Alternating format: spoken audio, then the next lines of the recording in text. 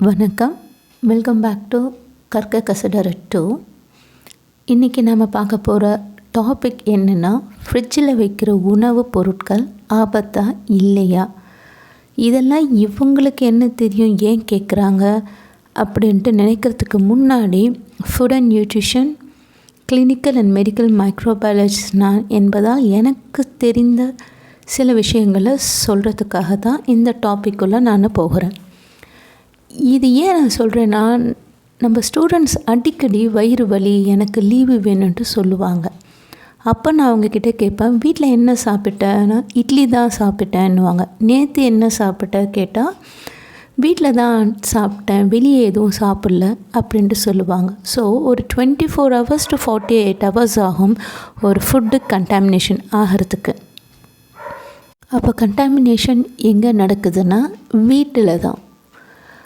பொதுவாக பார்த்திங்கன்னா 7850 bacterial unit per square centimetre, அதாவது நம்மளுடைய ஃப்ரிட்ஜுக்குள்ளே இருக்கிற இந்த பாக்டீரியாக்களோட எண்ணிக்கைகள் தான் சொல்கிறேன் நான். உங்கள் ஃப்ரிட்ஜோட சைஸு ஒரு ஸ்கொயர் சென்டிமீட்டருக்கு கிட்டத்தட்ட 7850 பாக்டீரியல் யூனிட்ன்றது இருக்கும்.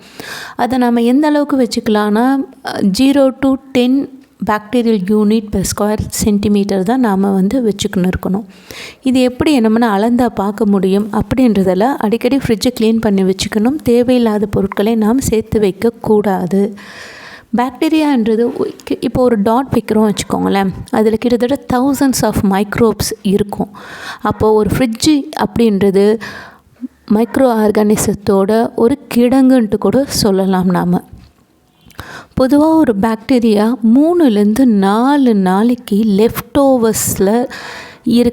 ஓவர்ஸ் அப்படின்னா மிச்சம் மீதியெல்லாம் நம்ம வைக்கிறோம் இல்லையா நம்ம ஃப்ரிட்ஜுக்குள்ளே, அதில் தான் 3-4 நாளைக்கு ஜெர்ம்ஸ் எல்லாமே சூப்பராக வாழ்ந்துக்கிட்டு இருக்கும்.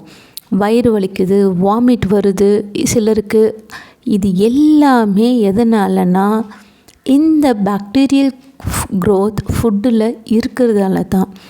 ஸோ டெம்ப்ரேச்சர் நம்மளுடைய ஃப்ரிட்ஜில் 40 டிகிரி ஃபாரன்ஹீட்டில் இருந்து அதுக்கு கம்மியாக வச்சா தான் என்ன ஆகும்னா பிலோ 40 டிகிரி வச்சுக்கோங்களேன், நல்ல சில்னஸில் அதை வைக்கணும்.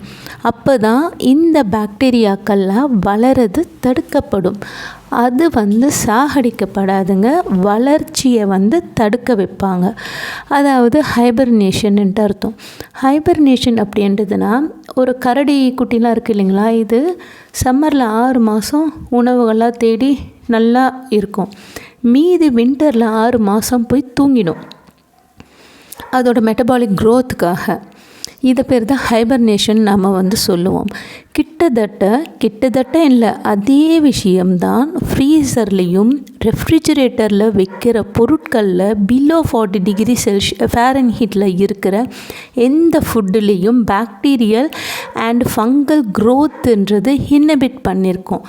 அது கிட்டத்தட்ட பார்த்திங்கன்னா இறந்துருக்காது, ஒரு ஆக்சுவல் சிச்சுவேஷனுக்காக அது வெயிட் பண்ணிவிட்டு இருக்கிற அந்த ப்ராசஸிங் டைமில் தான் ஹைபர்னேஷன் நாம் சொல்கிறோம்.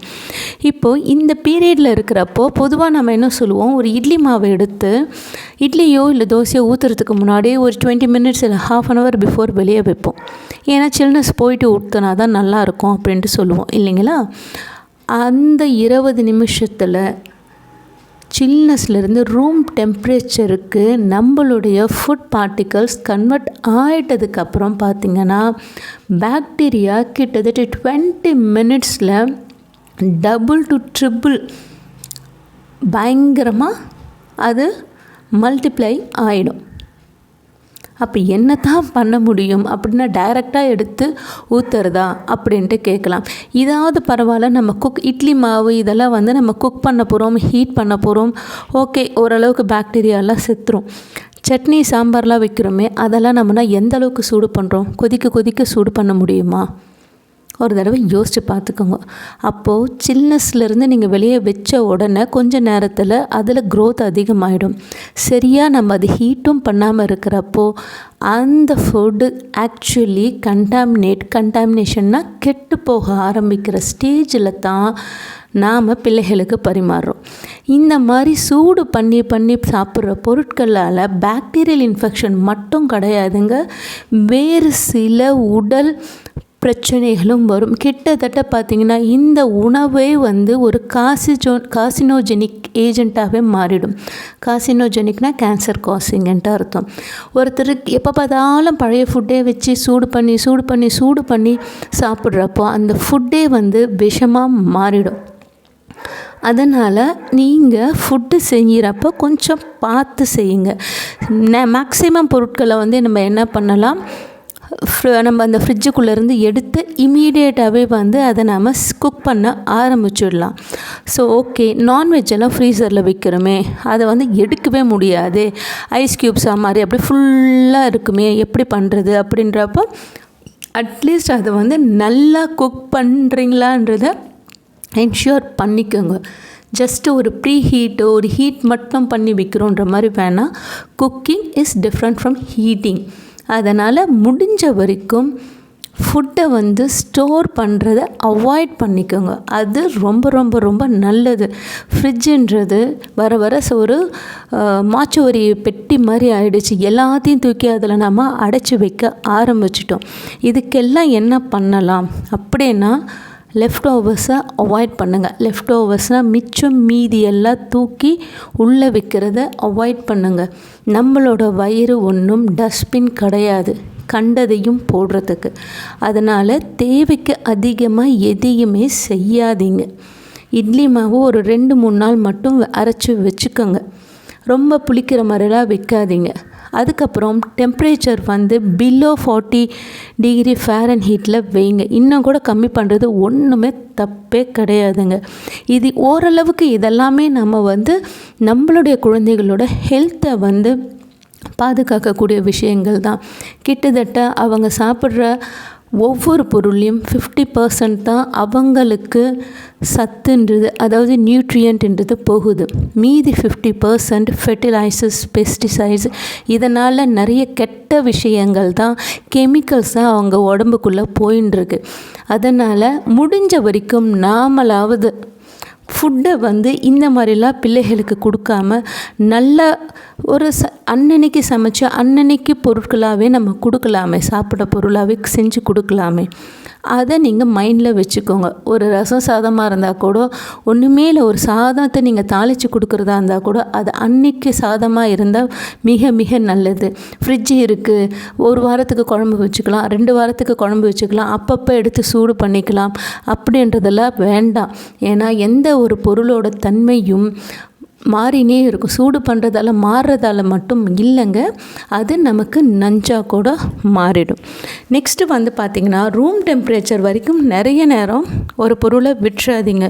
எவ்வளோ சீக்கிரம் ஃப்ரிட்ஜிலேருந்து எடுத்துடுறீங்களோ அவ்வளோ சீக்கிரம் அதை பேனுக்கு மாற்றி குக் பண்ணி வச்சுடுங்க. நாங்கள் குக் பண்ணி வச்சு ராவாக வைக்காமல் குக் பண்ணி வச்சா பொருள் கெடாமல் இருக்குமா நீங்கள் கேட்டிங்கன்னா, அதுவும் கெட்டுத்தான் போகும். ரா பொருட்கள் எந்த அளவுக்கு கெடுதோ அதை விட அதிகமாக குக் செஞ்ச பொருட்கள் கெட்டு போயிடும். வெஜிடபிள்ஸ் வாங்கி வைக்கிறீங்களா, நமக்கே 4-5 நாள் கழித்து தான் வெஜிடபிள்ஸ் வருது. அதுலேயே பாதி விட்டமின்ஸ் போயிடும். 10 நாளைக்கு ஃப்ரிட்ஜில் நீங்கள் ஸ்டோர் பண்ணி வைக்கிறதால உங்களுக்கு கிடைக்கிற விட்டமின்ஸும் ரொம்ப நாள் ஸ்டோர் பண்ணால் அழிஞ்சு போயிடும். ஸோ தேவையான வெஜிடபிள்ஸ் வாங்கிக்கோங்க, தேவையான அளவுக்கு மாவு அரைச்சிக்கோங்க, தேவையான பொருட்களை மட்டும் சமைங்க. தேவைக்கு அதிகமாக எது இருந்தாலும் ஃப்ரிட்ஜும் குப்பை தொட்டி கிடையாது, நம்ம வயிறும் குப்பை தொட்டி கிடையாது. ஆரோக்கியமாக இருக்க நாம் நம்மளோட பிள்ளைகளுக்கு சொல்லித்தருவோம். பாய்.